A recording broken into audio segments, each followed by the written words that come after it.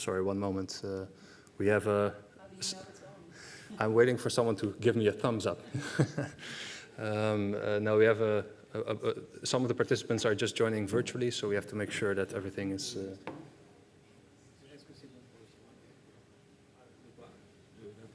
On YouTube, it's YouTube, yeah? Yeah. They have it all set up, but I just want to make sure if we're ready to...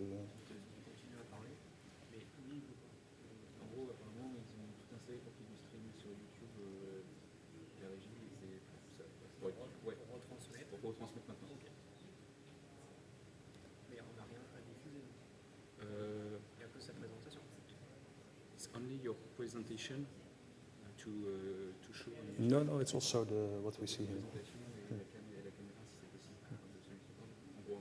Ah, donc c'est pas le streaming, c'est une visio. En gros, je pense comme ce matin, voilà, ça ressemble à peu près. Et là, est-ce que c'est une visio avec quelqu'un d'autre? Non. It's only streaming. There is no video conference with someone else. It's both, because some of the speakers are joining virtually, like this morning, but they should also see us and the speakers here. Okay, c'est une vidéo parce que But they know it, they're all set up, they just have to press. tout est déjà installé, tu appuies sur un bouton.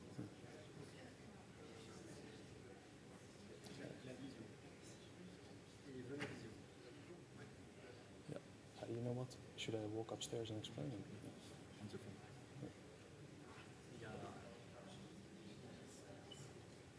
There is nobody. They should be. Okay, but they should be there around now. We have tested it this morning, it should be fine.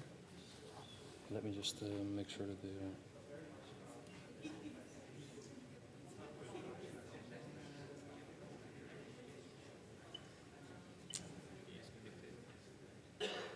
Yes? I think they should be, because they know it.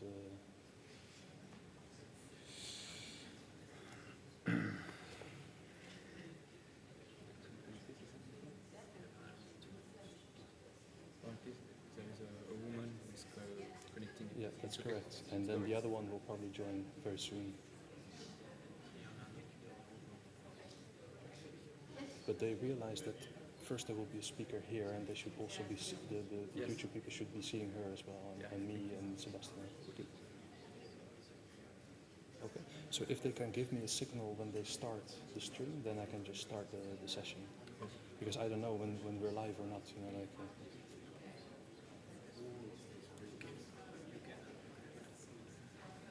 It's okay. We're live.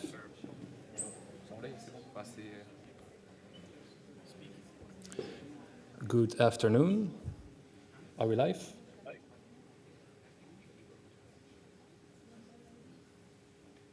Oh no, but it's okay. It's a bit too early for we have different parts in the program right now. Huh? We start with the keynote, and she will come after. So it's not the purpose to have the video stream right now. I'm sorry. So we can just go back to the presentation, please. We have practiced and... Yeah, perfect. And can we also see the presentation here, please? Fantastic. All right, it seems that we're now up and running.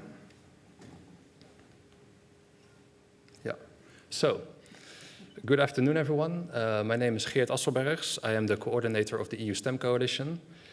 And I would like to extend a warm welcome to all of you here, and also everyone who has joined us online, which hopefully everyone can see us now, at this General Assembly of the EU STEM Coalition, coming to you from the Palais de Congrès here in Saint-Raphaël, France. The General Assembly is our annual conference in which we discuss the latest developments in the area of STEM education and the labor market, as well as the success stories that we see on the national and the regional level. In today's program, we will start with a keynote speech to highlight the urgency of the STEM skills shortages from the perspective of industry. And this urgency was, of course, further increased by all the recent developments that we have seen, like the energy transition, which was made worse by the situation in Ukraine, labor shortages, the aftermath of COVID, climate change, and so on. which will all require high-tech, STEM-driven solutions. With that in mind, we will then move on to 3 presentations. The first presentation will focus on the findings of an important study by the European Education and Culture Executive Agency on increasing achievement and motivation in mathematics and science learning in schools. So we will learn a bit more about the main findings in that study. Then we will take a step back from the European context and take a look at the United States, and specifically the recent actions that were taken there in response to the chip shortages. Finally, we will hear about a big new initiative of the European Commission and EIT that was just launched earlier this week, which aims to address all these challenges, which is called the Deep Tech Talent Initiative. And our colleagues from the EIT will talk a bit more about that. Now, before I introduce our first keynote speaker, I would like to say a big thank you to our French partner organization UPSTI for hosting us here in this beautiful location in San Rafael, and give the word to Mr. Sébastien Gagagé for a brief word of welcome, and he's the director of UPSTI.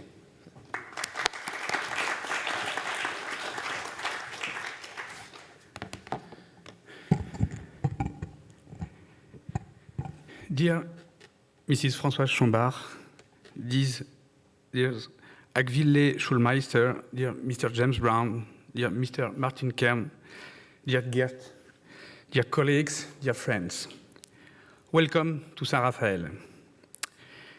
My name is Sébastien Gagagé. I'm the president of this association, UPSTI, which co-organizes this event, and my colleagues, Pierre-Louis Chiambaretto, who is the General Secretary of this association. It's a pleasure to welcome you for your General Assembly. The program of this afternoon is very, very interesting, and we are sorry to not stay with us. We apologize for our absence during this first part of General Assembly this afternoon. In fact, we will spend this time with primary classes, 120 children, to raise their awareness of science and technology through practical activities in the STEM approach. During your break, you can take a look of what is going on with these children. After your break, this break, we will have the opportunity to introduce you to our association. With Pierre-Louis, we wish you a very good General Assembly. Thank you.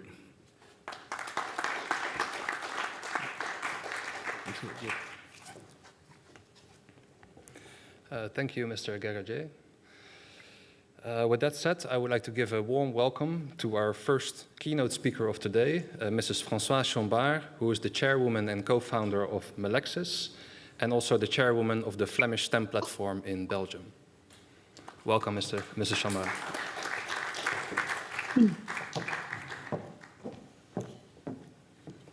Thank you, Geert. And good afternoon to all of you here in San Rafael, and also all the people who are following online. Now, what I'll try to do, and Geert already introduced that very well, that indeed there is a sense of urgency. And I'd like to demonstrate with the presentation that strong STEM talent is quintessential to have a strong economy. And we all know that a strong economy is crucial and is vital in order to be resilient. It's the backbone of our resilience. And with all the threats that are at our border, I think what you are doing is extremely vital for our future and the future of our kids. Now, let me introduce a bit Melexis. Melexis is a semiconductor company rooted in Belgium. It was founded in '89. And in fact, we specialize into automotive semiconductors because 90% of what we sell goes into automotive. So we make cars more sustainable. We reduce emissions of cars. We make them safer, and sometimes we make them sexier too. Now, most of what we do goes outside of Europe. 66% of our sales is done outside of Europe, mainly in Asia. The products we make, they are not the 2 nano and 5 nanometer advanced silicon, as many are talking about now in the European Union, but chips that, in fact, translate the real world into the digital world and vice versa. So it's edge sensors and edge drivers. That's, in fact, what we do. And we have about 18 chips in every new car that comes off an assembly plant somewhere in the world. And some of the cars have many more, and certainly the battery electric vehicles have many more. And for example, in the ID.3 of Volkswagen, for our German colleagues here, we have more than 30. For our American, the Tesla, we have more than 50 in Teslas, in every Tesla. And again, for the German colleagues, the highest number we have in the EQS, Mercedes EQS, with more than 170 chips in there. China as well, but China is not present here. Also, the BYD, for example, is more than 50. Now, let's move to the topic of today.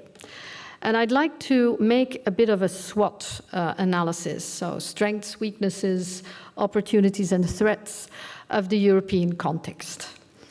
And I'd like to start with the threats, then the weaknesses, to then go to the strengths and the opportunities, because the good stuff always comes last. Threats. I think it's no surprise that Europe lags behind. It lags behind in technology and definitely in key technologies, behind the US, behind Asia, particularly China and Japan and South Korea. And because of what is happening at our borders, a robust Europe is indeed arguably needed more than ever. Now, there are different kinds of threats. There is, first of all, the economic threat. And if you look at this, this is one graph, but there are many like this, is the number of companies that cannot fill their ICT vacancies. But it's the same for all the STEM vacancies. And you see that the chart is turning upwards. So now the EU 28, they're on top there, they almost cannot fill 70% of their ICT vacancies, which is definitely problematic. And I think you all know why, but I'll give you some more details afterwards. So there's definitely a lack of STEM talent as such. Two, there are also societal threats. And the societal threats have to do with diversity and inclusion.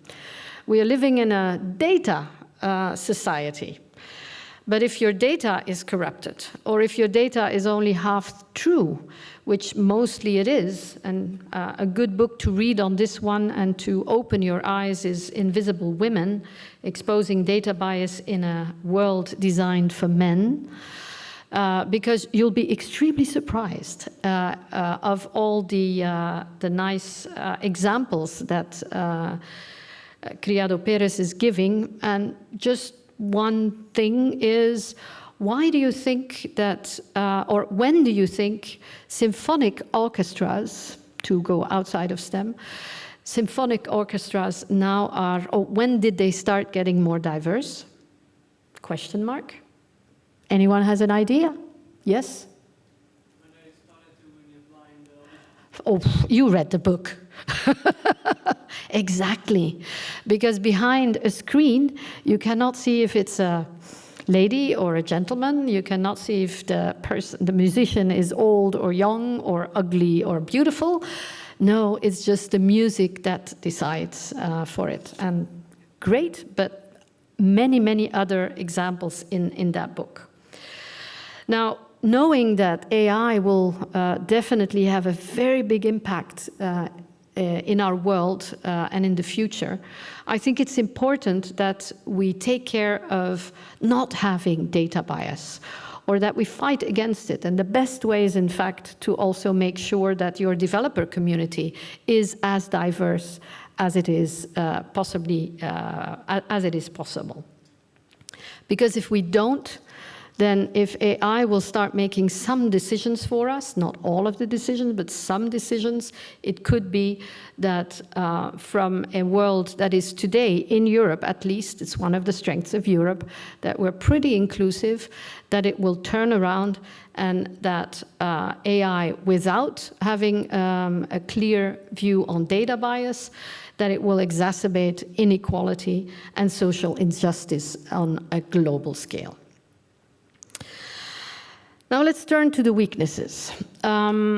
It's clear that when you look at Europe, at our corporate performance, it's underwhelming, and it's particularly due to the tech-creating industries. And if you look at how historically our output has grown in number of STEM expertise, so STEM students, then you can see that, and I don't know if it's pretty clear, that China, for example, has increased over the past years by more than double than what we have done in Europe, and for that matter also in the US. So that means if this continues, we will continue to lag more behind every single year. So that's a weakness that we really need to address. And we do have a leaky STEM pipeline. Over the educational career, we lose a lot of people, we lose a lot of kids for several reasons, and we mainly lose girls. And the reasons, I think, are pretty clear. In the meantime, I think the research body is enormous in the meantime. So what we need to do is to make sure that we stop these leaks as much as possible and that we start early on. Now, we do have a bit of a girl problem. It's a weakness, but it's also an opportunity at the same time. If you look at this graph, you'll see that on top, where is the pointer? No pointer, doesn't work. If you look on top, it's the number of graduates in tertiary education per 1,000 of population aged 20 to 29. So these are really the outputs that we're seeing today in recent years. EU 27, countries 21. The best in class on the top graph is Ireland. So that's also a good thing because we can learn from the successful countries. If you look at the bottom graph, then it starts becoming sad, because the EU 27 countries average is 14 for girls, which is much too low.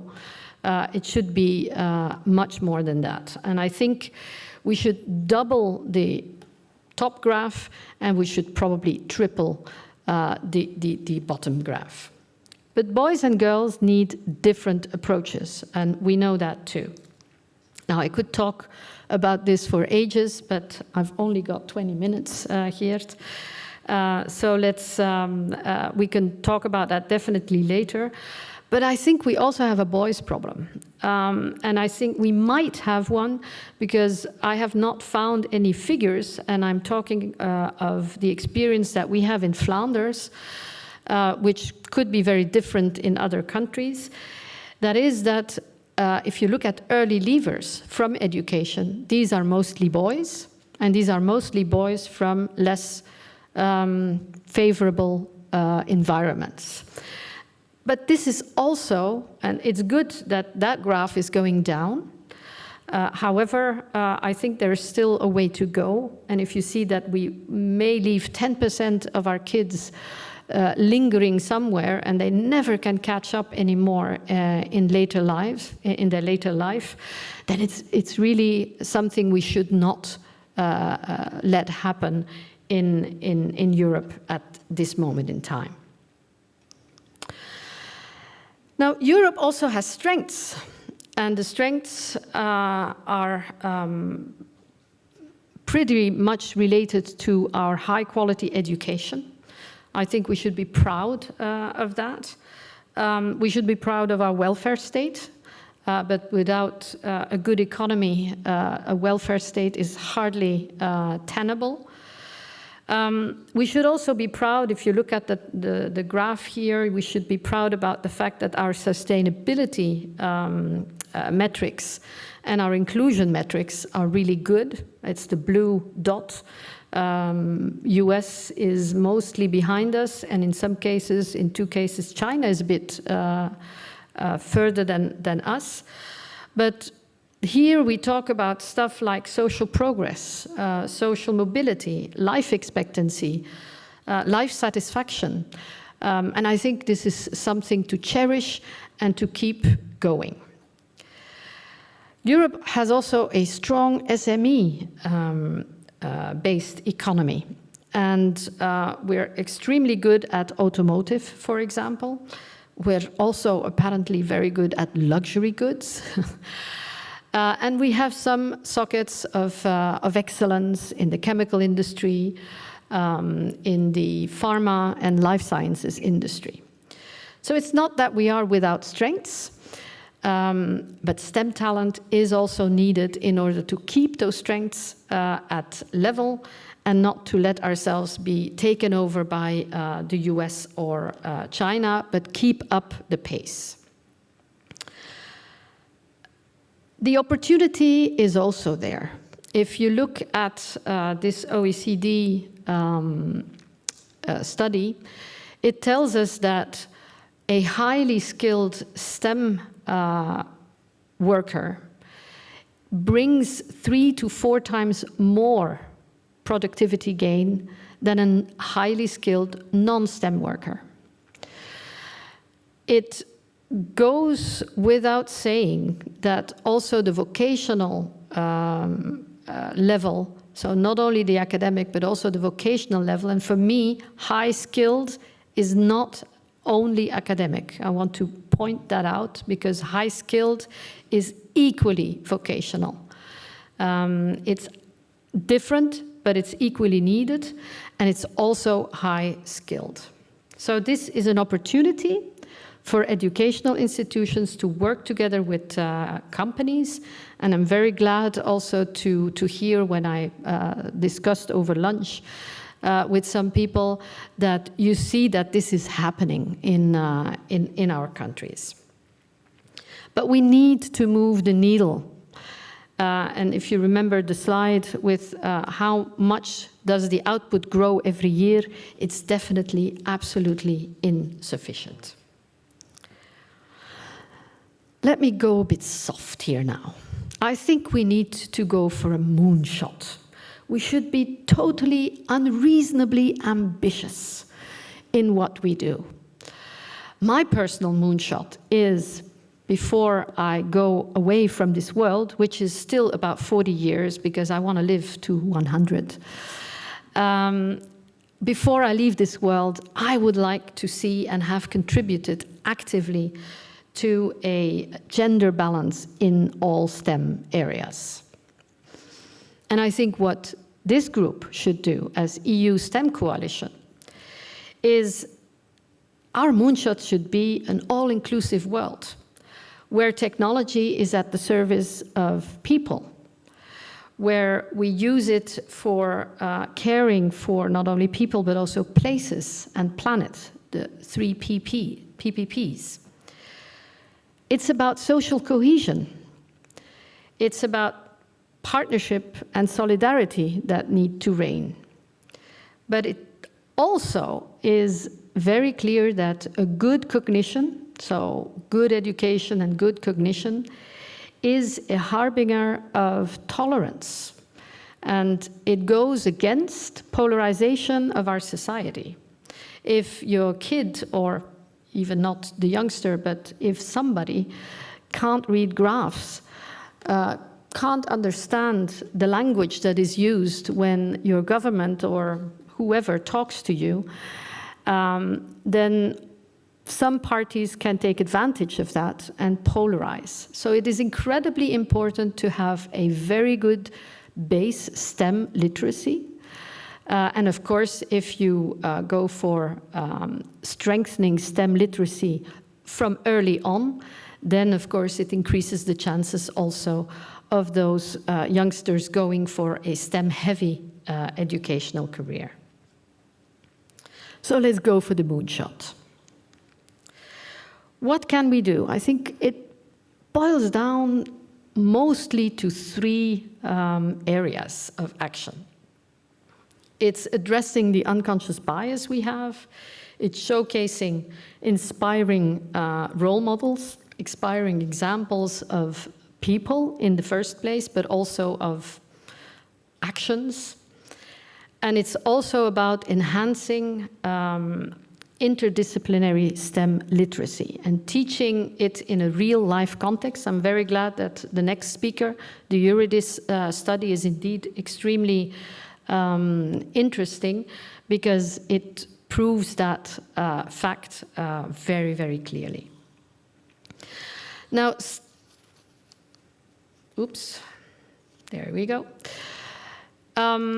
STEM and the 21st century skills, so the interdisciplinarity or multidisciplinarity, is in fact a marriage made in heaven, because critical thinking is taught in STEM, problem solving. Of course, you need to collaborate, because if you have an interdisciplinary team, then you get to results by collaborating well. So I think that this is good for us to make sure that we, in our circle of influence, that we continue to insist on this enormously important STEM education, but also the interdisciplinarity.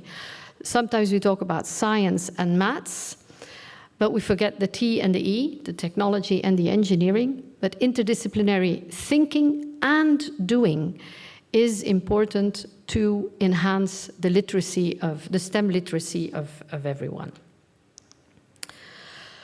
Because you can't be what you can't see, it is indeed important to showcase inspiring examples.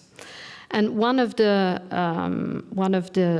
facts that came out of I think it was a study, a meta-analysis by the European Commission, said when you only showcase 15 minutes of a passionate female professional or executive or researcher or whatever in a classroom, it increases the confidence level of the girls in that classroom by several percentages. So if you do that over the educational career all the time, and you have always 50-50 of those examples, and you need to make sure that the examples are also as diverse as the people you have in the environment, in the local environment, so people of color, people maybe with a bit of a funny hairdo, or I don't know what. So it has to be as diverse as possible, because you can be what you can see. Or if you can see it, you can be it. So if they recognize themselves, if the students recognize themselves in the examples you put forward, then they will say, if she can do it, I can do it too. And then addressing unconscious bias is a third thing that I think we have to continuously be attentive for. Just as one example, the example I put forward before on the 15 minutes of a passionate female researcher, for example, comes also out of that study. Gender gaps in education.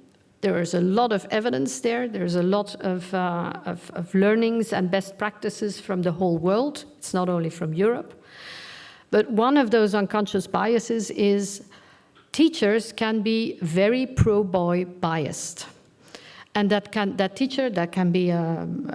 also be a lady teacher. Huh? It's not only the male teachers that have biases. We all have biases. But if we're conscious about it, then we will also be able to adapt our language, adapt our the images that we use when we or the stories that we tell to students or to our kids. So it's important, I think, to look at that as well. These are three main things that we can do and concretely take care of in our everyday when we take action, when we put out action plans. I think they should always be in our minds.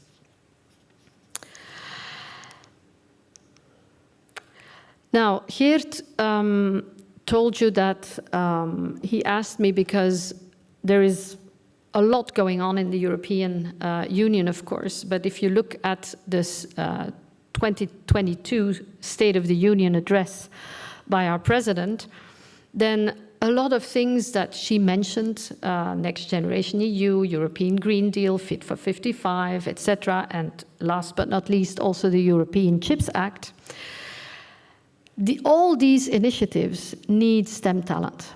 There is no way around it.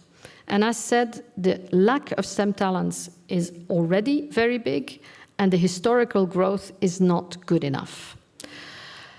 How do we make sure that to bring all that about is we need to clearly mention the societal benefits. Fit for 55, for example, is meaning let's take care of our planet, let's take care of our environment. The point is, in everything we do, and I hear that also when I talk to you, is societal benefits are important for youngsters in general, but particularly also for girls. So any action should clearly make the link between what is that what I'm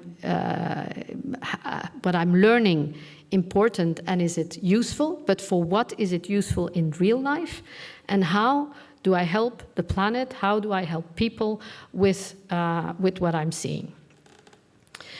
In the European Chips Act, it's clear without chips there is no party.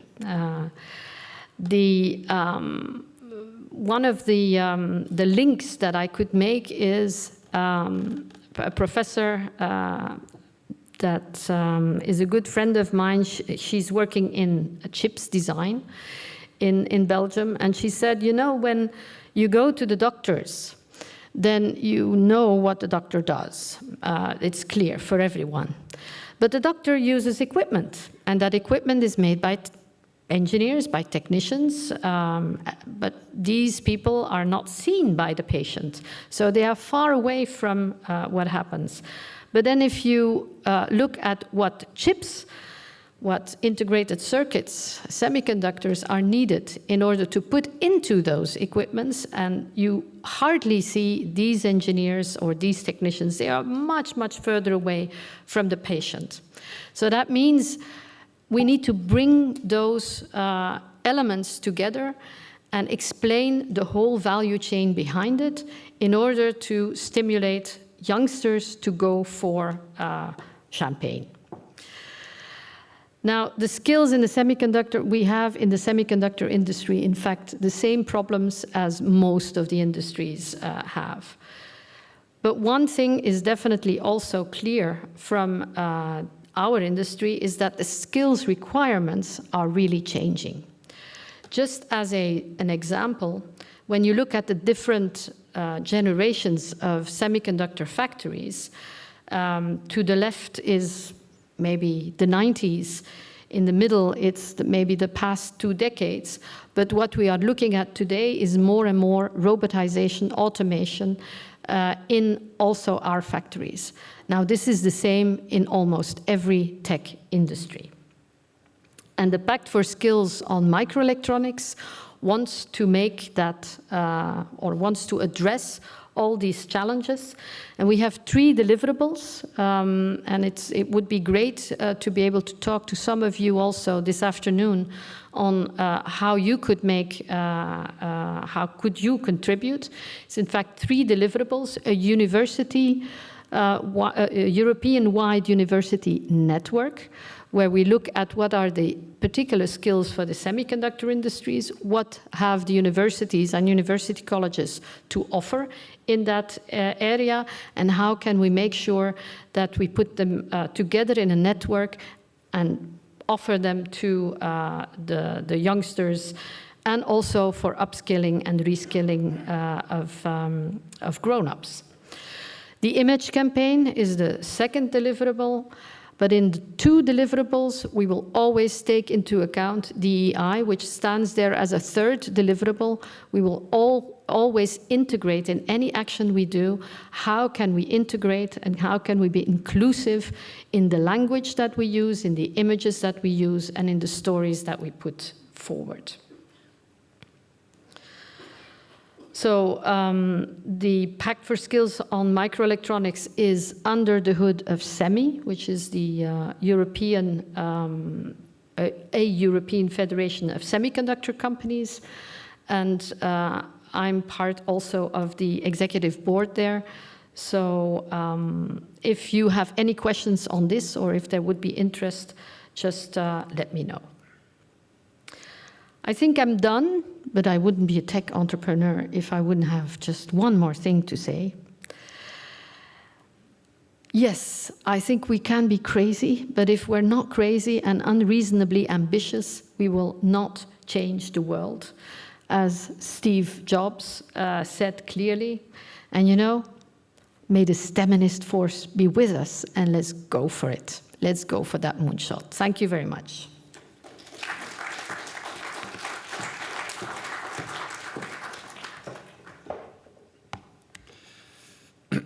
Thank you, Mrs. Chambard, for a very interesting opening speech.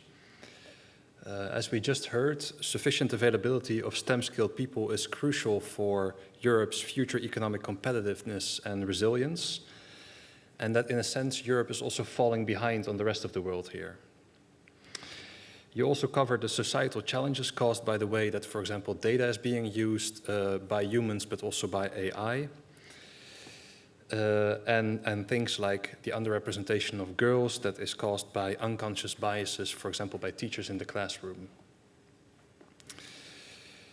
We spoke about recruitment challenges as well, which can, of course, partially be solved by tackling this gender challenge that we have. And finally, you presented some solutions, like, for example, the use of role models with a higher level of diversity. As we all know, addressing all these challenges that we covered here will require a thorough understanding of how the way we organize our education systems affect the learning outcomes, which brings us to our next speaker, who is Mrs. Akvil Motijerneite Schulmeister of the European Education and Culture Executive Agency. She is one of the senior analysts who worked on the report Increasing Achievement and Motivation in Mathematics and Science Learning in Schools, and will present here today via video link some of the key findings. Mrs. Motijerneite, welcome. The floor is yours. Thank you.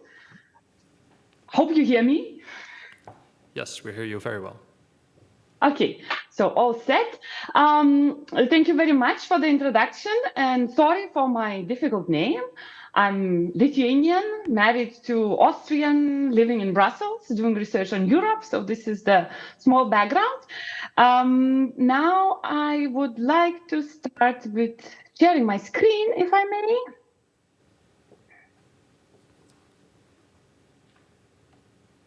You see it? Yeah. Okay.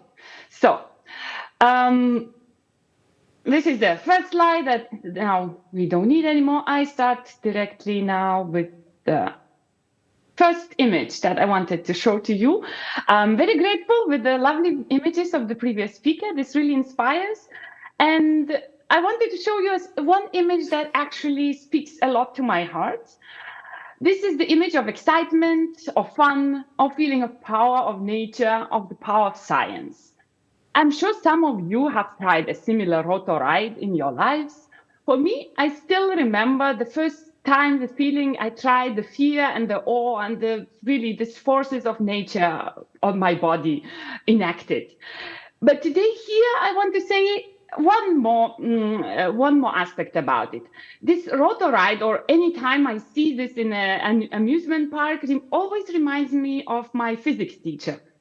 I had amazing physics teacher in my lower secondary school. He was one of the best teachers I had, actually.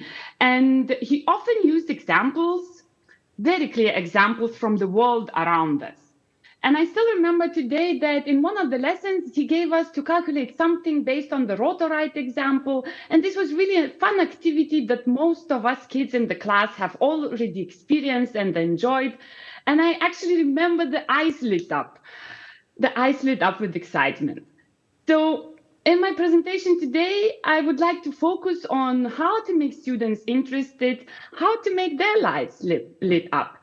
And more concretely today, I first will say a few facts about science and math teaching at schools in Europe. Then I will briefly say a few words about our findings, namely what can be done to improve achievement. And then I will focus today on the question on how to relate science and mathematics teaching to student life. One of the three findings that were just highlighted as very important in STEM education nowadays. So let's get started now with the student achievement. This is what the dependent variable in our analysis, which is, of course, an outcome of various factors at country, student, and school level. Here today, in my presentation, I will discuss measures at country level. Our report and our analysis focused on low achievers, which are defined as students who perform below the minimum level that is necessary to participate successfully in society. As the previous speaker said, exactly, we really should not have students who can't read graphs, who can't understand what the politicians say on TV. We have to raise students and children that understand what's going on around us. So this was our focus. And here, I think you might be familiar with this figure, but I want to give an overview. So this shows the percentage of low achievers among 15-year-olds in mathematics and science in European countries based on OECD's Program for International Student Assessment Survey, the PISA survey. The countries are ranked here on mathematics, but as the figure shows, the percentages are quite similar both in mathematics and science.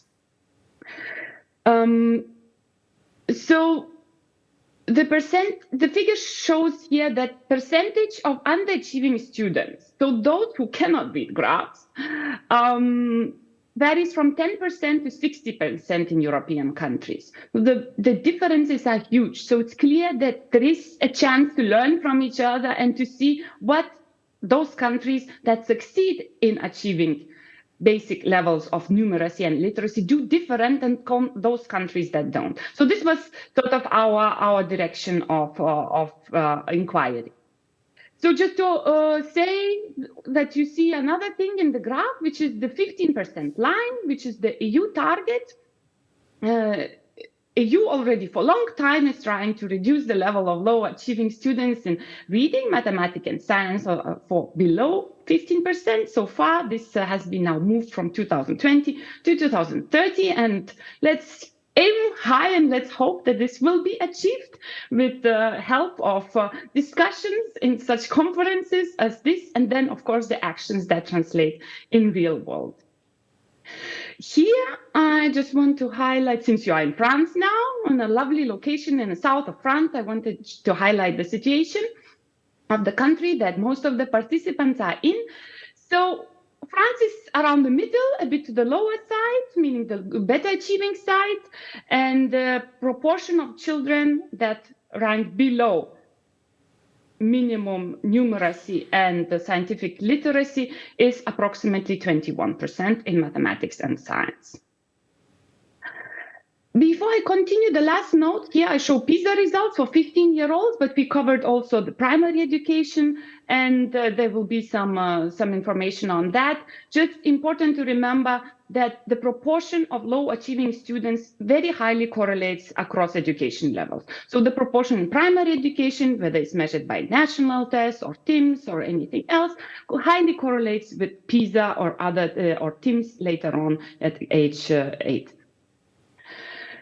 Now, let me go to the main results. So what did we find? What are those countries doing better than those?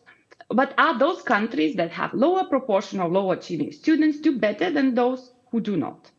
So what are the main factors that contribute to higher achievement at country level? We found 5 main things. We are very happy. We found things that work and actually that make sense, that are the issues that we can concentrate in the future on the country level. One of the first things was learning support. It seems obvious that when the learning support is available to students that are falling behind, there is a chance they will catch up. But this is also confirmed by the regulation. So in countries that do have assigned learning support during the formal school day, not after, not during the holidays, not during the weekends, but during the formal school day, do have lower proportions of low achieving students, both in primary and lower secondary education. Remedial teachers is another very important factor. So basically, remedial teachers, we call those teachers who are specialized and trained in providing learning support for children. This is also important both in primary and lower secondary education. Very interesting finding where we connected actually our data collection from different sources is about the overall instruction time. We found that longer overall instruction time in lower secondary education correlates positively with lower proportion of low achieving students. So achievement is higher in those countries that allocate more time to mathematics and science. Systemic monitoring is also important. Here we used availability of national tests at primary level, a main indicator. And the last part, the part that I will focus today, is curriculum that fosters reflection. So this was the main overview, but before going into this, I was asked to discuss a little bit about teachers, the main people in the most important people in education. And as the previous speaker raised an issue as a girls' problem, boys' problem, here I would like to add most likely teachers' problem to the list. Because as we know, there is a high shortage of teachers in Europe. But let me first start with the importance of teachers who are trained in supporting low achieving students. We are talking about, as the previous speaker showed, the pipeline of STEM that is dripping less and less and less by the end. So we are concentrating on the beginning of the pipeline, on the first part of it, and to see how we can raise the water level there in the beginning, how we can raise the general level of basic numeracy, basic scientific literacy. How do we get children to understand the basic things like reading the graphs? So remedial teachers or teachers specialized in support when this is available at the country level, meaning when there is such a role assigned to teachers in schools, when there is such a profession and such specialization on the country level, seem to be related with better learning support. So basically lower proportion of low achievers. However, our results show that only about 1/3 of countries have it, and this actually relates to mathematics. Remedial teachers in the field of mathematics. In science, there is even less. So what's left then? What's left in the other countries? Usually classroom teachers. And here I will show you one map, very red map. In red, there are shown the countries that report that there is a shortage of mathematics and science teachers, and this is really quite all over Europe. So this is a general background. I'm finishing with that part. And now let's go to the main point, how to increase student interest. And what did we do to come with our findings? We asked experts in 39 European education systems in all the European countries that participate in Erasmus Plus program to answer if certain aspects of curricula are mentioned, are included, certain aspects in science and mathematics are included in the curricula. I will briefly show you what did we look at. Very briefly, we looked at real-life applications in mathematics and also at the context-based science teaching, namely history of science and science of ethics issues. I will show you the examples a bit later on. But maybe first a small disclaimer. I need to tell you that, of course, we understand that curricula does not tell us exactly what happens in the classroom. However, we somehow tend to believe and think that when certain topic is part of curricula, this increases the likelihood that the topic will be actually addressed by teachers in the classroom. Still, on the other hand, when a certain issue is not mentioned in curriculum, the topic could nevertheless be part of a textbook or a project work or included by teacher. However, learning materials and textbooks were not part of our analysis because this is really a huge autonomy across schools and countries, across schools in countries to choose what is used. So that's a disclaimer. Now I'm immediately want to show you that most likely our results actually relate to real life. Let's start with mathematics in real life. And here I start with a big figure from Tim's survey, another survey we use, which is abbreviation for Trends in International Mathematics and Science Study. Which shows that mathematics teachers of 52% of fourth graders in EU say that they relate almost every lesson to students' daily life. Almost no teacher said they never relate lessons to student lives. So, and let's see, what did we find in our analysis?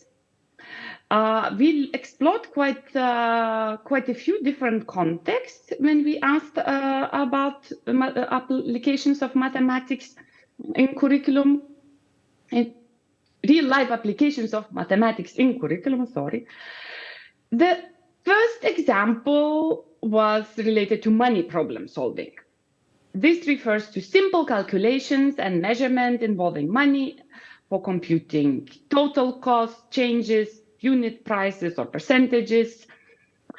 According to our analysis, this was the most widespread functional context of mathematics. A lot of countries mentioned that understanding the value of money was one of the goals in this field. For example, the Latvian curriculum for grade 1 states that students should be able to understand the price of goods in euros and cents in situations with a domestic context, in pictures. They need to use and create shopping lists with quantity and price, consider different ways in which the required amount can be paid. This and similar examples you can read in our report. There are many with exact page numbers of where you can find, so you can have a look for further reference. There is a link at the end of my presentation. Regarding money, we also looked at the theme basic financial literacy. So this is more like a calculation of credit and interest, gross and net income, making a budget and stuff like that.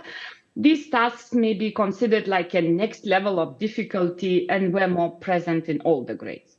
So for example, in Norway, grade 5 pupils are expected to be able to create and solve tasks in a spreadsheet for personal finances. Mathematical notions are also commonly used in architecture and can be used at schools to show how mathematics is applied in real life. So, for example, in Serbia, guidelines for teachers in grade 4 state that student skills for space and area measurement should be developed using examples such as floor covering by tiles, estimation of area of a playground or classroom, etc. Finally, mathematical concepts may be employed in practical activities such as cooking or do-it-yourself, like woodcraft. Such contexts are suggested in the curricula of half of our analyzed countries.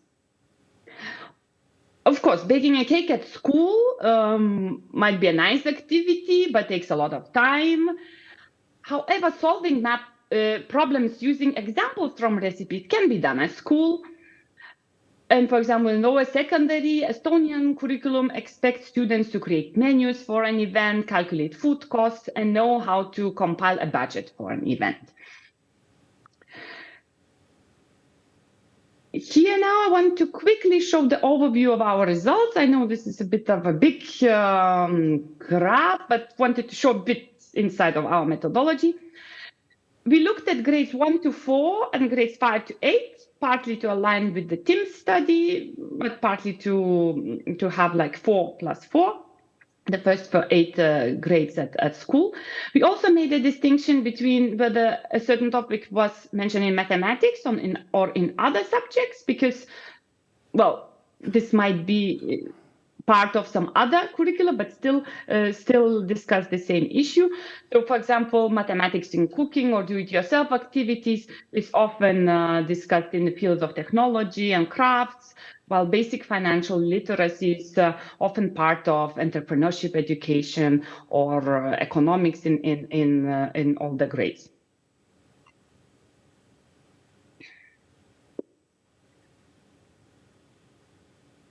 So, after now presenting you the what did we look at, I have to say that mathematics in real life, we didn't really find a relationship with the proportion of low achievers. There might be a few explanations. First, it seems to be very widespread and being one of the main goals of mathematics, both in first 4 grades and even more in grades 5 to 8. Second, most likely or possibly that our questions might have been too simple. But the third explanation, I think that there might be a distinction between imaginary real-life problems or real-life examples from adult life and the actual real-life problems that indeed relate to children's life. I have 2 small children, and I was really thinking how much the example of money really relates to their life. For the first grades at school, I don't think that the children really go and do shopping on their own. Moreover, with increased use of credit cards, coins and notes are not really that big present of their life. It's like a bit of a new language to learn on the top of mathematics. So this is just a small note to think for the future research on the issue once we are trying to increase the motivation and interest. So just a quick reminder, we now covered this topic, and let's go to the context-based science teaching. This idea in general emphasizes that philosophical, historical, and societal aspects of science and technology are important to better understand these fields. This approach, of course, has been shown to increase students' motivation to engage in scientific studies and maybe possibly lead to increased take-up of scientific careers later on in the path of education. Compared to real-life applications of mathematics, these 2 areas, history of science and science and ethics, were much less common in curricula during the first 8 grades at school. Let's now go to the history of science, and here is the picture of a sculpture of Galileo Galilei contemplating the nature of the universe. And I have to say, it's not really in the report, but my personal feeling, looking at all the curricula, I found this picture a bit reflecting how, in my opinion, history of science is taught in curricula, in science curricula. It looks very static, quite grim, and quite distant. It doesn't really relate to children's lives. I don't know. If we talk about like inspiring, interesting ideas and how what was the meaning to people at that time, I didn't really get that feeling much. So that was why I chose this picture. Now I showed the results. It's for grades 5 to 8 because for grades 1 to 4, these topics were even less addressed. A few observations. First, history of science was often included as a general reference somewhere in the introduction or a general part of curricula, or often part of a history curricula. So a small sentence here and there. Not sure how this actually then later on translates into classroom practice. Evolution of scientific ideas over time were a bit more interesting, I think. For example, I can give you an example from Portugal, where the physics chemistry subject in grade 7 includes the topic universe and distances in the universe, where students should be able to explain the role of observation and the instruments used in the historical evolution of knowledge of the universe. So this was one of the nice examples and clear examples. Great scientists and their lives are a bit present, a bit less than in a half of the countries, often with the tasks like making a presentation on a scientist and so on, but very interesting. Women in science are almost not there at all. And I really was coming back to countries and asking, are you sure? Can you give me some example? Try to find some example. Nothing, almost nothing. Maybe in the textbooks, maybe in some extracurricular work, but like in the main curriculum, really almost nothing. So if we talk about inspiring role models, about inviting girls to these fields, we have to put a bit of women when we teach science. Maybe it's done for a bit later grades, but, you know, we have to start from the beginning. We have to show this, that it's not like for the first 8 grades at school, it's just males who are doing the science. And now at the last grades, we show a few examples of women. I think this is really one important finding that we should take for our education later on. So here, I have to say that with this grim picture of a very static scientist sculpture, we didn't find the relationship between the inclusion of history of science topics with the proportion of low achievers at the country level. However, we found this with science and ethics. This was actually really funny because we thought that we might not find anything. Well, it's curriculum level, country level, like there might not be that many relations. We found one. And maybe this indeed makes sense. Hopefully this makes sense. And why? So science and ethics, or socio-scientific questions, refer to open-ended social problems with conceptual links to science. It was not very commonly addressed. When present, these questions are usually part of biology lessons in lower secondary education. Many countries provided some examples of general reference, like in Finland, pupils are given opportunities to practice making choices and acting in a sustainable way. In biology lessons for grades 7 to 9, pupils examine the opportunities and challenges of biotechnology. And then with the more concrete examples like GMOs or morality of weapon development, maybe was not the best example, or ethical considerations in animal testing, we found a few nice examples, but this you can read up in the report later on.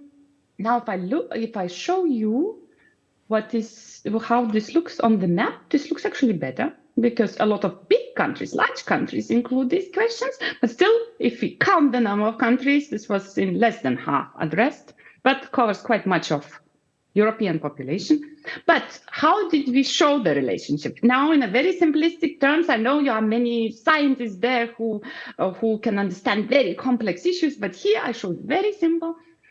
Here I marked in diagonal those countries that have fewer than 20% of 15-year-olds that are low achievers in science. I have to include 20% under 20 because under 15 there are so few, as I said, 4 countries that might not really show a big relationship. But here, if we put the results together, the proportion of low achievers in those countries that address science and ethics explicitly in their curricula is lower than in those countries where this is not addressed. So this is our way of trying to find relationships. The difference was statistically significant here. So we can conclude in quite general terms that most likely when students are invited to explore moral dilemmas in biotechnology, when students are invited to explain their own opinions about animal testings or name risks and opportunities posed by technological progress, basic levels of science literacy tend to be overall on general a bit higher than in those countries where students are maybe less encouraged to discuss these questions. Last very small note now before I'm finishing, I wanted to connect with another area that we explored, and this is much more in the report about in general how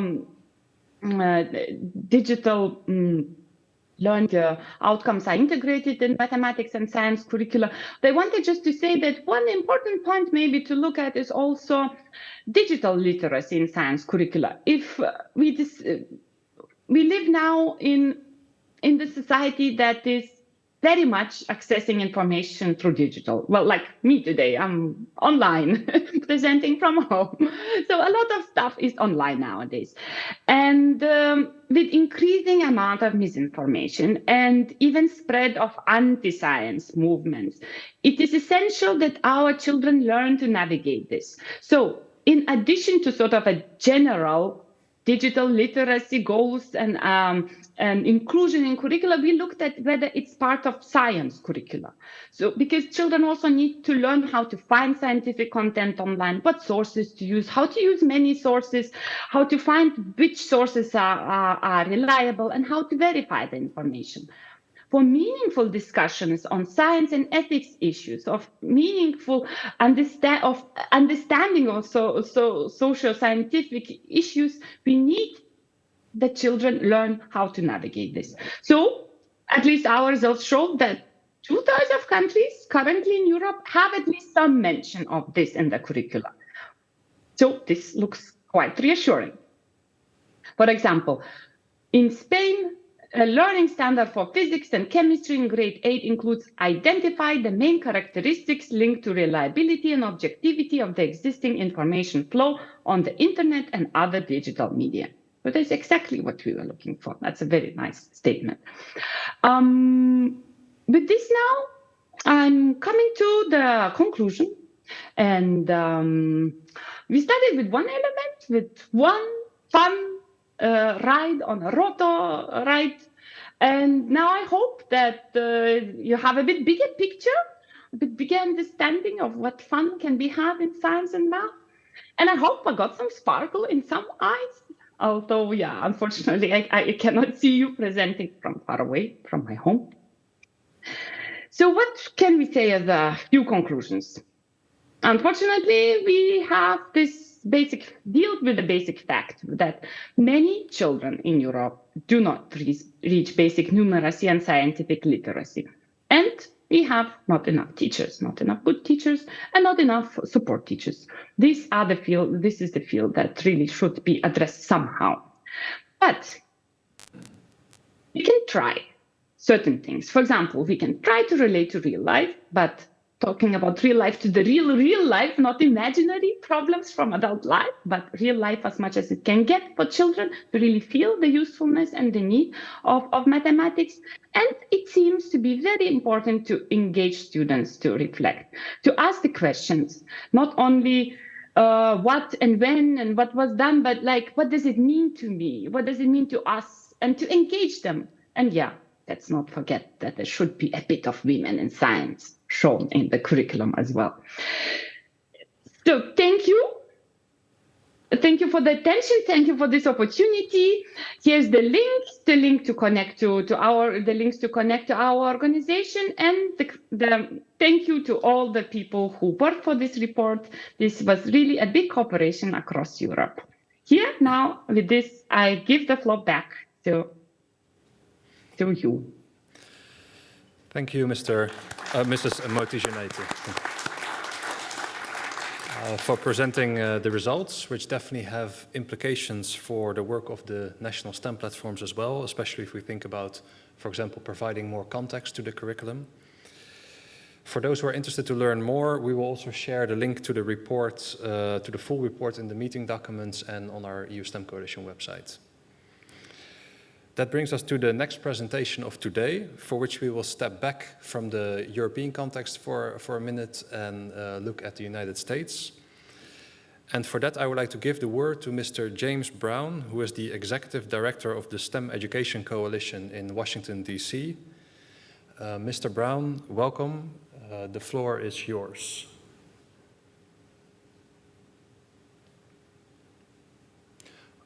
European STEM Coalition. Yeah. Yes. Can you hear me? The connection is very good now. Okay. So it's a pleasure to be with the European STEM Coalition this morning. I was lucky enough to be at the launch of the EU STEM Coalition in Amsterdam in 2014, and I have to tell you, it's heartening to listen to so many of the same themes being discussed in Europe as we are in the United States. A lot of similar challenges and a lot of similar thought put to how best to deal with them. So let me just start by telling you a little bit about who we are. So these are the members of the STEM Education Coalition. We're a coalition of three sectors: the business community, from all different shapes and sizes of companies, from tech companies like Apple and Microsoft, people who make things, auto manufacturers, people who make agricultural products. The interest in STEM education is across the board in terms of industries.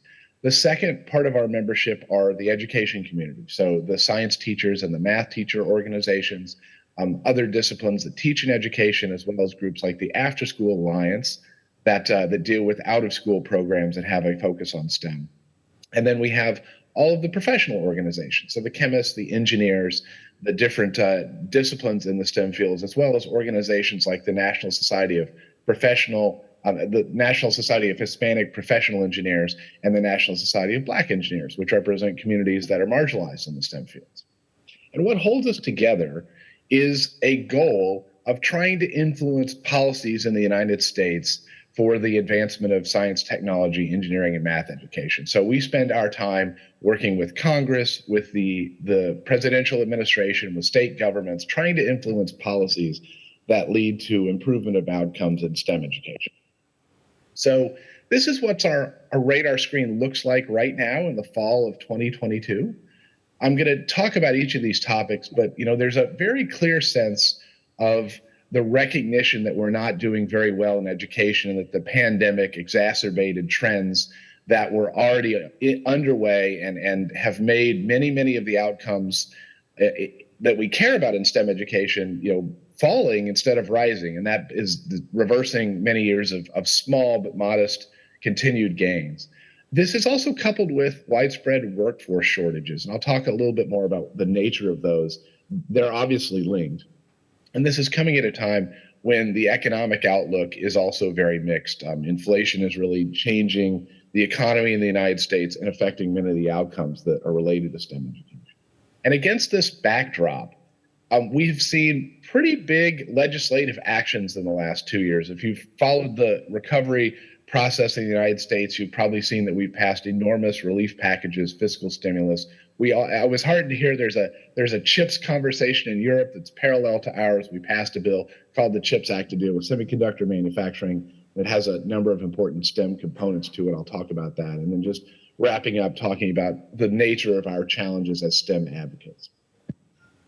So these are some of the headlines from about a week ago. And it's unusual to see these four news sources, Fox News, the New York Times, the Wall Street Journal, all have more or less the same headline, which is this recognition that there is widespread learning loss that has occurred as a result of the pandemic. And if we were having this conversation a year ago, I think there were a lot of people in the United States tiptoeing around the question of, was online learning or no school at all, really a bad thing for students? It seems like a common sense answer that it was.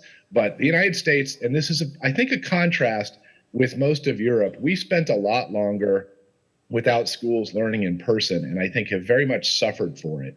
And so since our audience are policymakers, if you had a congressional town hall right now where you had somebody meet with their constituency, this would be a big focus of what that discussion was about. And I think the sentiment from parents, at least, would be our kids are not learning the things they need to be competitive in the world economy. That's sort of the nature of that theme.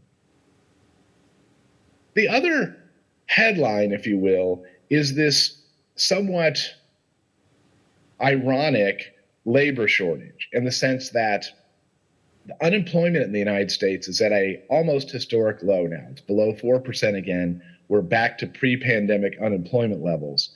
But conversely, US tech sector employers especially are having an enormous time hiring for what I would call middle skilled jobs, the technician jobs, the people who operate factories, the people who run airlines, the people who staff hospitals.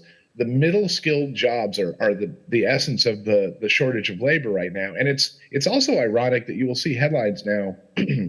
Intel, for example, is announcing layoffs. And one of the reasons for their layoffs is they were not able to hire enough people to operate certain facilities, which means they're missing business targets, which is a very concerning spiral of relationships when you can't hire enough workers. So these two things in common characterize the environment for discussions about STEM education at the moment. And the other big backdrop is, of course, the story of inflation and the economic slowdown that's going on. And inflation in the United States has always become a political issue. It's always become an issue that threatens to derail agendas, and it relates back to education, because education is a very expensive item in the United States. It's the majority, it's the largest item in most state budgets, so increases in costs, for example, for school lunch materials have material impacts on state and local governments. And actually, the interesting thing about the graph is bananas are the only thing that hasn't increased in price in the United States. So for what it's worth, send your kid to school with a banana is a bumper sticker here. And I'm sure you're dealing with the same factors. The chart on the left shows, the United States is ahead, but many of the European countries are dealing with the same trends. And the other thing that, and I was interested to see the previous presentation and talking about the nature of science content and looking a little bit deeper. This is some data from several years ago that shows the relative second-class status, if you will, of science in terms of the amount of time it's being taught in the early grades. The recognition of early primary school science as a particular choke point in the STEM education pipeline is something that we've been focusing on for a number of years. It's exacerbated by the fact that our federal accountability rules for schools, the rules passed by Congress and implemented by the Department of Education, emphasize math and reading and not as much for science. And you can see that here. And we're actually on the verge of releasing a new study that will show that in many, many schools in 2020 and 2021, the time spent on science is much closer to zero than the 18 minutes per day that you see there. So that's another very, very concerning trend. And it's very interesting to see the ways in which this is similar in Europe and in the United States.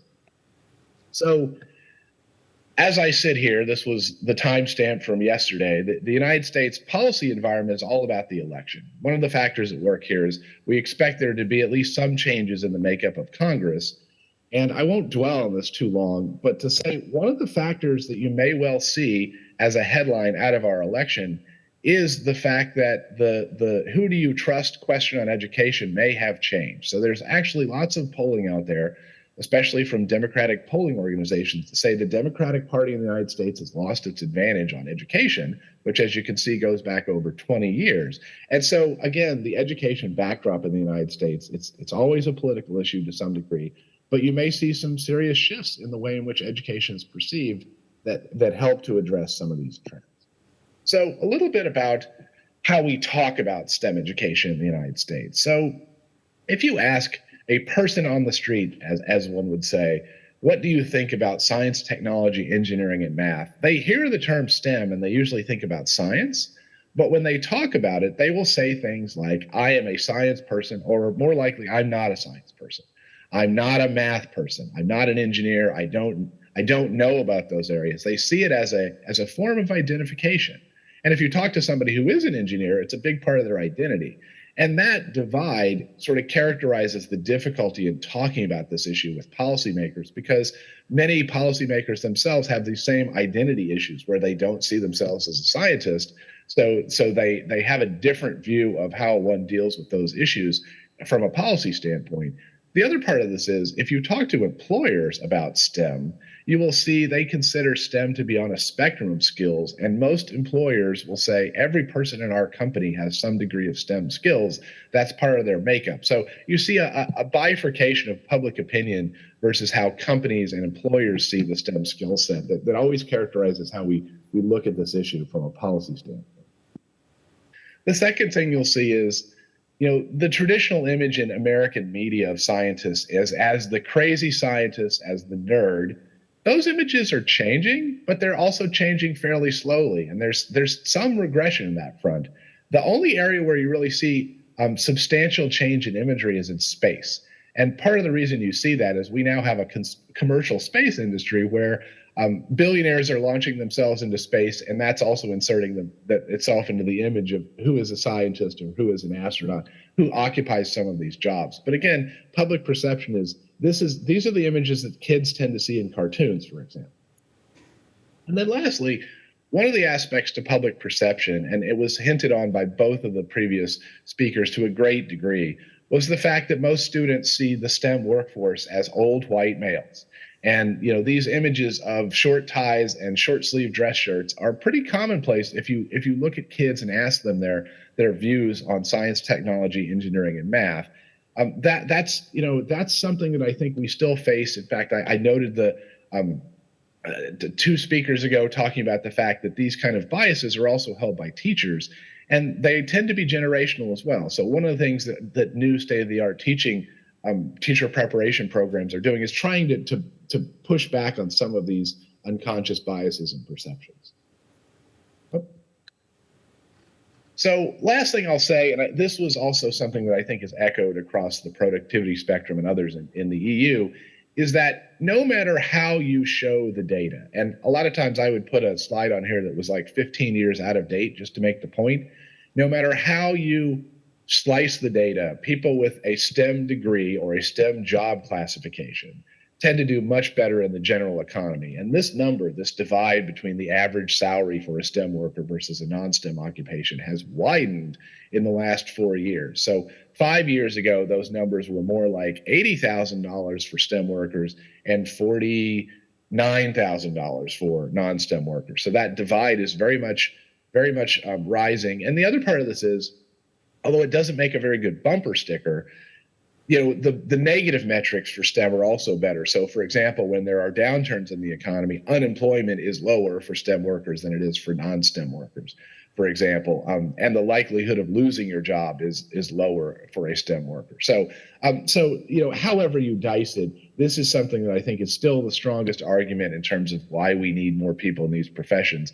These jobs are also productive in the economy. They're supporting innovation, but at the end of the day, the sales pitch for a majority of students will be, you will do better in these fields.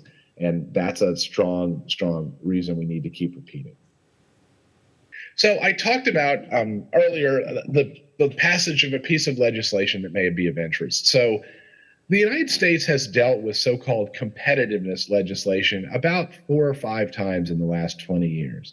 And, thematically, I appreciate that discussion of looking at the position of the United States relative to the EU and to China. In this case, this was squarely focused on making the United States more competitive relative to China around semiconductor manufacturing. And so one of the things, this policy that was passed by Congress and, just in July, but it was bipartisan, which is not very, very common in this, at least in this last couple of Congresses, was it makes the largest single investment in U.S. manufacturing in our entire history, and it reverses a trend of not having a so-called industrial policy, not investing in strategic industries, leaving that entirely to the private sector. So this was a bill that actually provided the cash immediately, $52 billion for semiconductor manufacturing, which is roughly 10 full-size semiconductor fabrication facilities. This would be paired with state dollars and also company dollars. So there are a variety of funding streams that go into this, but this, is intended to strategically alter the map and locate fabs in the United States vis-a-vis their positioning in Taiwan and in China.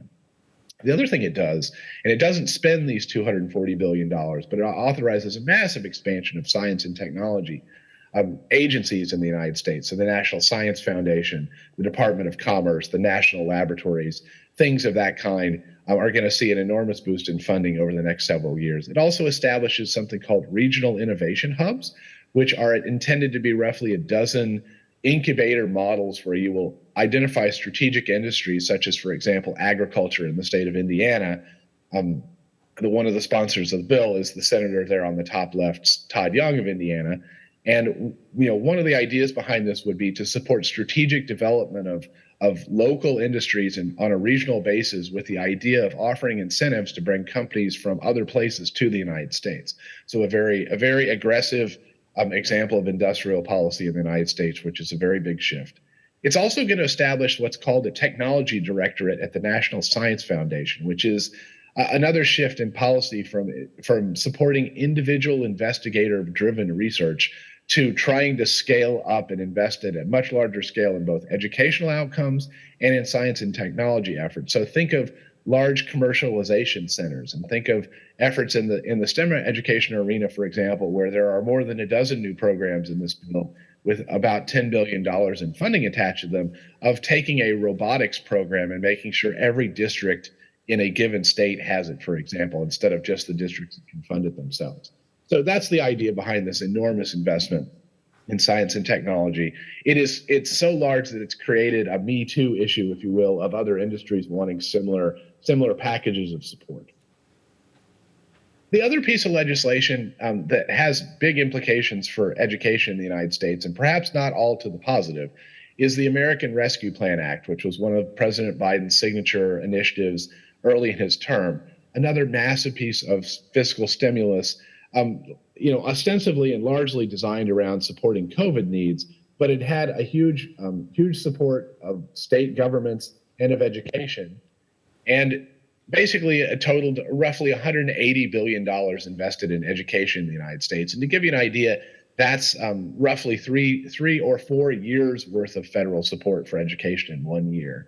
And I say it had potentially mixed results, is that funding came against the backdrop now of recognition that there was also massive learning loss despite these investments. And you can imagine how that might scramble the politics of this particular issue when policymakers look at changes in education, because it's at least muddied the correlation between additional federal funding and outcomes in education.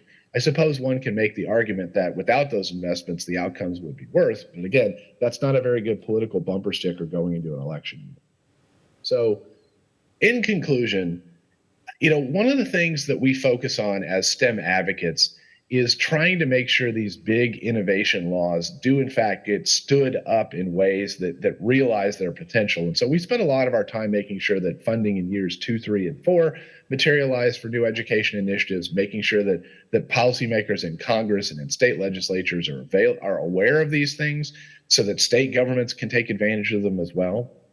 The other shift that we're trying to engage in is that the United States business community has not been very involved in education across the board over the last 5 or 10 years. It was much more involved 20 years ago when we passed major education laws in the George W. Bush presidency. But we've had debates about things like Common Core standards in mathematics and next generation standards in science that have been largely a turnoff to the business community because they've become very polarizing.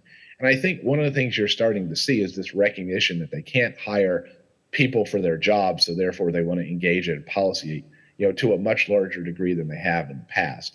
And one thing that goes along with this is to the extent that we're going to have economic development-oriented policies in the United States, making sure they're coupled to investments and similar programs in STEM education and workforce development is really important. So, for example, in the CHIPS Act at $52 billion for semiconductor manufacturing, that there's only $50 million in that bill to engage in educational activities and workforce development around those facilities. And my guess would be 5 years from now, you would see a lot of analysis that would show there was insufficient coupling of large industrial investments with workforce development to support those facilities.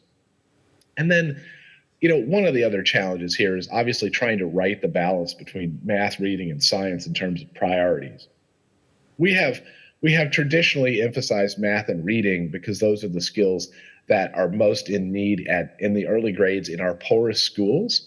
But it's pretty clear that if you don't emphasize science, you're not laying the groundwork for a lot of the higher level engagement in science later on that leads to careers in these fields. And basically, you're not giving kids a chance to play around with lab equipment. So that's something we've lost in the online world that I think is much more widely recognized, and that the next time we have a chance to change federal priorities, which is done by legislation and only happens about once every 10 years, it's coming up in about 2 years. So we're focused on trying to right that balance. And then obviously, the other part of this is in our role as an issue area, STEM education has support from both parties, and we have to maintain that. So when we do see changes in the political makeup of the United States, we want to make sure everybody sees this as an issue that everybody has a stake in. It's not just a partisan. So with that, I'll leave some time for questions if we have an opportunity to do that. But let me just thank Gert and the rest of the team at the EU STEM Coalition for the opportunity, and thank you very much.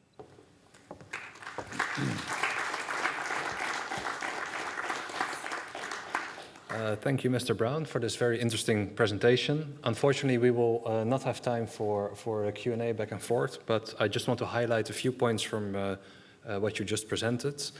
You spoke about the American CHIPS Act and specifically some of the education components that are also visible to some extent in the European CHIPS Act that you may be aware of. So I think there are some very interesting parallels between the challenges that you described and what we're currently facing here in Europe. And you also spoke about this kind of very slow-moving change in the perception of STEM, and I think that's also something that we very much can recognize here in Europe, and that we definitely need to address. And that's a nice segue into our next speaker, our last speaker of today, which is Mr. Martin Kern, who is the director of the European Institute for Innovation and Technology. And he will give a short presentation, unfortunately not live. He had to change his travel plans last minute, so he will give his presentation as a pre-recorded video. But he will speak about a very new initiative that was just announced this week by the European Commission and the EIT to address some of these challenges that were covered in the other presentations, called the Deep Tech Talent Initiative, which has implications for us as STEM platforms as well, so we'll speak in the work sessions about them later on. But first I would like to give the word to Mr. Martin Kern to give us the headline news about the Deep Tech Talent Initiative.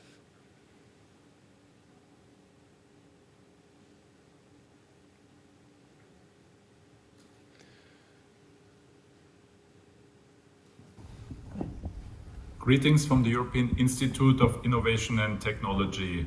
I'm the director, Martin Kern, and I'm happy to send you this message for the General Assembly of the EU STEM Coalition, and apologies for not being with you in person this week. Right now in Europe we face major challenges. The war in Ukraine, climate change, the pandemic, and the ongoing energy and economic crisis are big challenges for all of us. However, what they have in common is that innovation is key for their solution and for the way forward.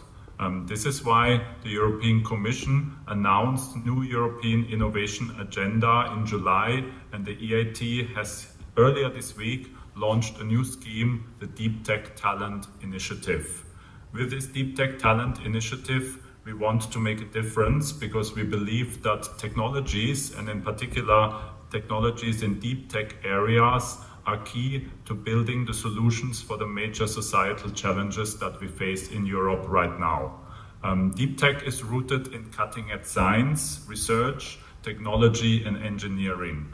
What it has in common is that it often requires long science and research periods, heavy investments, and deep knowledge of technologies that are underlying these research areas.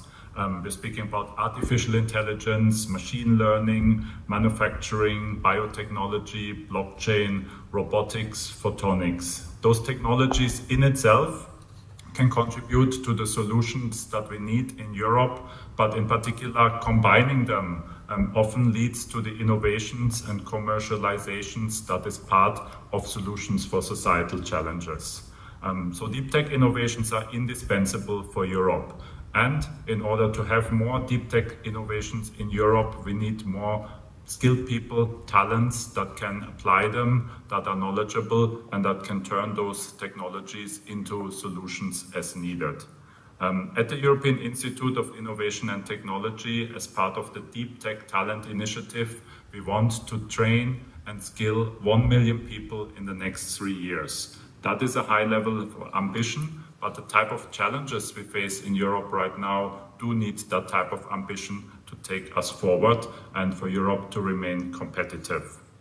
So in cooperation with the European Commission, we have launched, and we were really happy that Commissioner Gabriel was at our event Innovate earlier this week to launch the pledge together with our chair of the governing board, Nektarios Tavanarakis, in order to make this program a reality. The EIT has set it up to get going immediately because we cannot lose any time. So this initiative is open to all training providers and will benefit all European talents across the continent.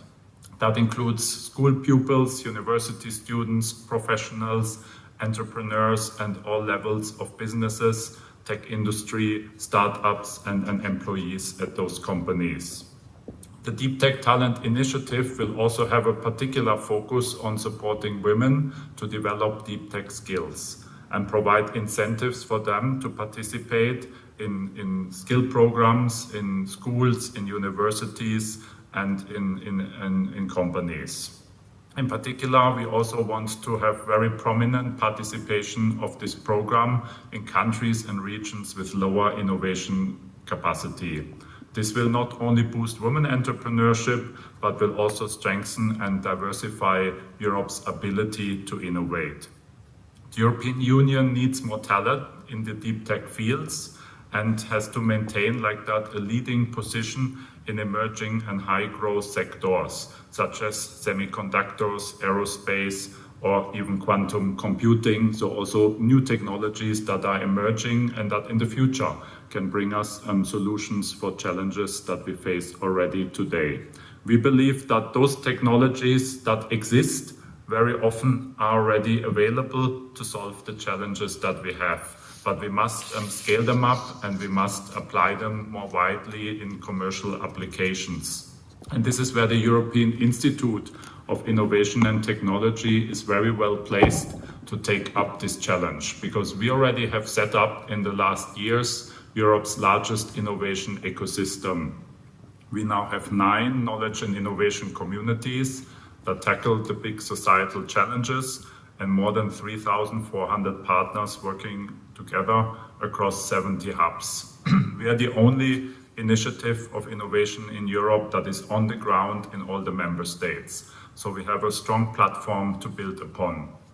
What concerns schools, the EIT already has successful programs such as the program Girls Go Circular, which has initially been set up under our regional innovation scheme for countries in Central, Eastern and Southern Europe, but will now also as part of the new European innovation agenda be scaled up into all the member states. That means any school in Europe, any school in the European Union can participate in this program in the coming years. We have also translated this program into Ukrainian so that those displaced from Ukraine in the schools can benefit from that program here or participate in Ukraine itself. The EIT has cooperated with the EU STEM Coalition successfully since several years. We have been partners, we have been working together in our programs, we have promoted each other's events, and we have tried to give each other's activities visibility. Now is the moment to take this one step further and join forces to make the initiatives that we have and the aims that we have with our joint objectives, bring them forward together and work together. This is why, as part of our pledge for the Deep Tech Talent Initiative, we would like the EU STEM Coalition, either as a whole or via the individual national platforms, to come on board, to join forces and to jointly solve the challenges that we have in the skills area in Europe. We think your network is ideally placed to become part of the Deep Tech Talent Initiative, and we're very happy to hear that you will discuss this issue in your meetings this week. And at the EIT, we look forward to hear the outcome of your discussions.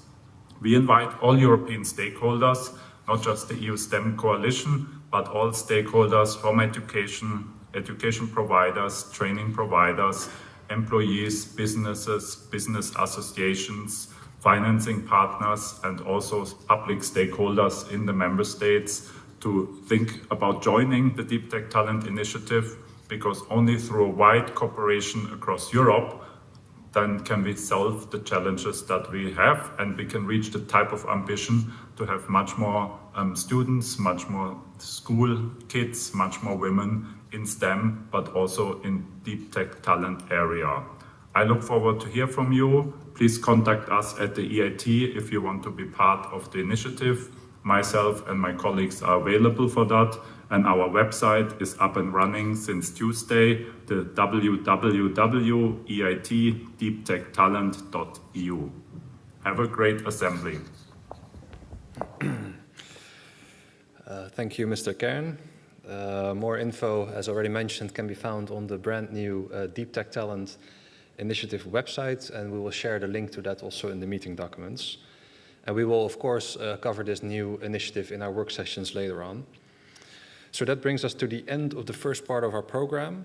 Before we close the session, I would like to thank all of you for joining us here today, as well as those who have joined us today online. Thank you for being there.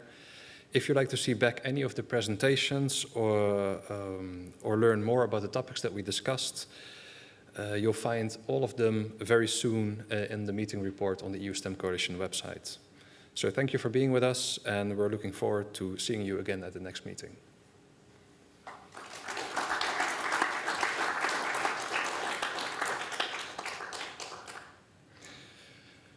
Thank you. Just a small practical remark. We'll have a coffee break right now because we're running a little bit over time, so I suggest that we meet around 4, so that's about in 15 minutes for the work sessions, or those at least who participate in that, which will take place in the room behind the coffee area, so we can meet up there. And maybe also interesting to know that at the moment there are all kinds of student activities with robotics going on in the areas around the coffee area. So if you would like to see how it's done in France with the robotics training of the young children, feel free to just pop into the rooms. You're very welcome to take a look.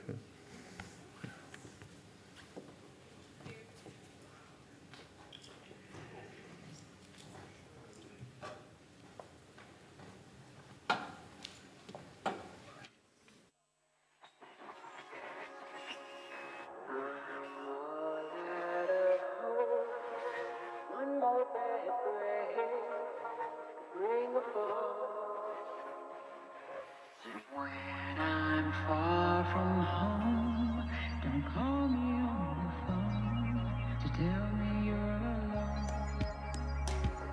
It's easy to deceive, it's easy to tease, but hard to get release.